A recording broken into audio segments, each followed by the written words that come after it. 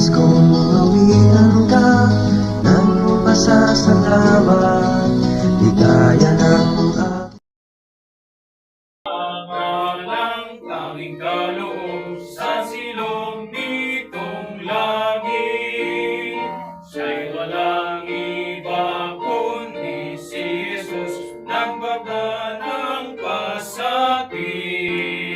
Sa ngalan ni Jesus, bawat tuhod ay iluhod, sa kalangitan sinugod, ngalan niya'y itampok.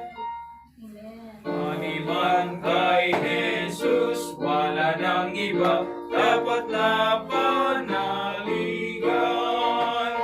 Ang lahat ay ating hingin sa Kanya at Kanyang ibibigay.